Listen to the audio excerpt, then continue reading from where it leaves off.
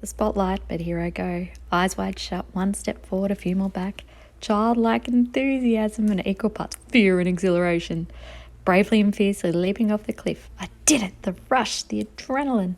Maybe, just maybe, I dare do it again.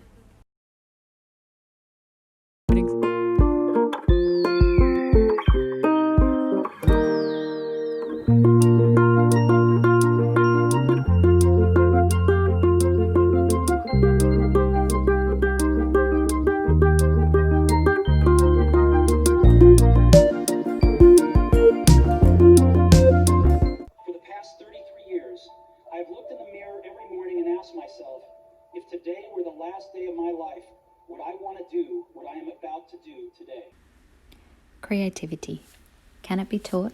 Do you need to be a risk taker? Do you need time and space? How on earth does it all come together? Hello, I'm Ken Robinson. I always describe myself as an educator because I am. I've worked in education systems all my life. I've worked with school systems. I've taught in universities and helped in the training and professional development of teachers. Ken Robinson, master of creativity. His TED Talks have been seen by an estimated 250 million people in over 150 countries. His 2006 talk being the most viewed in TED Talks history. Ken shows us that creativity can be taught, but to think outside the box. It's not a mathematical equation. There is no right or wrong, but it is valued and there are measures. It's just not as clear-cut as A plus B equals C.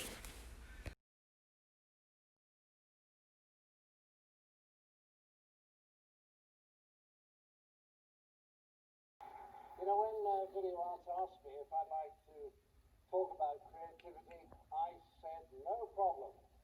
No problem. Because telling people how to be creative is easy. It's only being it that's difficult. Weighs the same as a duck. She's made of So wood. much from John Cleese and Monty Python on life generally, but specifically creativity. They teach us that we need time and space to get things done, and we need the tools to make it happen. So here's the workspace that I use, and I get rid of the kids. But also, we all have a little bit of fun along the way. Have a dance, relax, and just let it flow.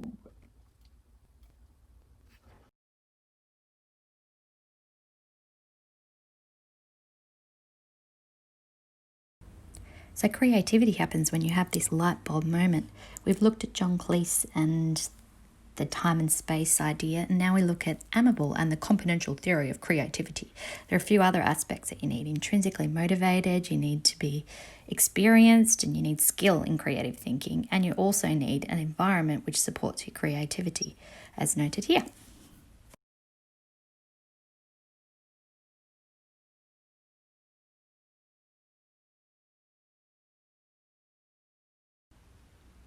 So Rock Around the World was born in March 2020, right at the time the pandemic hit. Working for a not-for-profit, we were all desperate for funding, so there was plenty of motivation. But we also had nothing else to do. All our work was gone, so we had the space and time to think. And my personal background in this model of fundraising was supported by many other creative people in video and footage and online streaming, and yeah, it all came together amazingly, and we were successful in raising nearly $200,000 right at that point in time, and has found a new model to move forward with in collaborative fundraising for future events.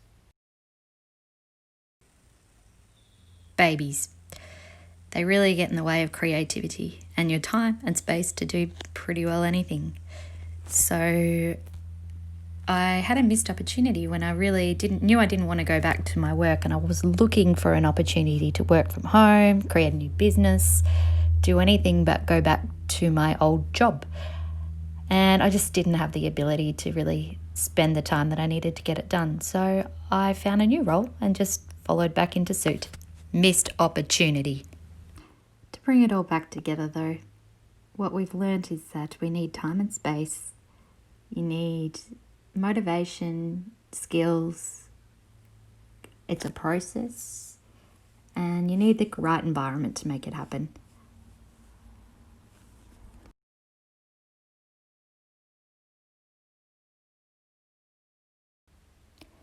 Creative people are most certainly risk takers. They go outside of their comfort zone for greatness to happen.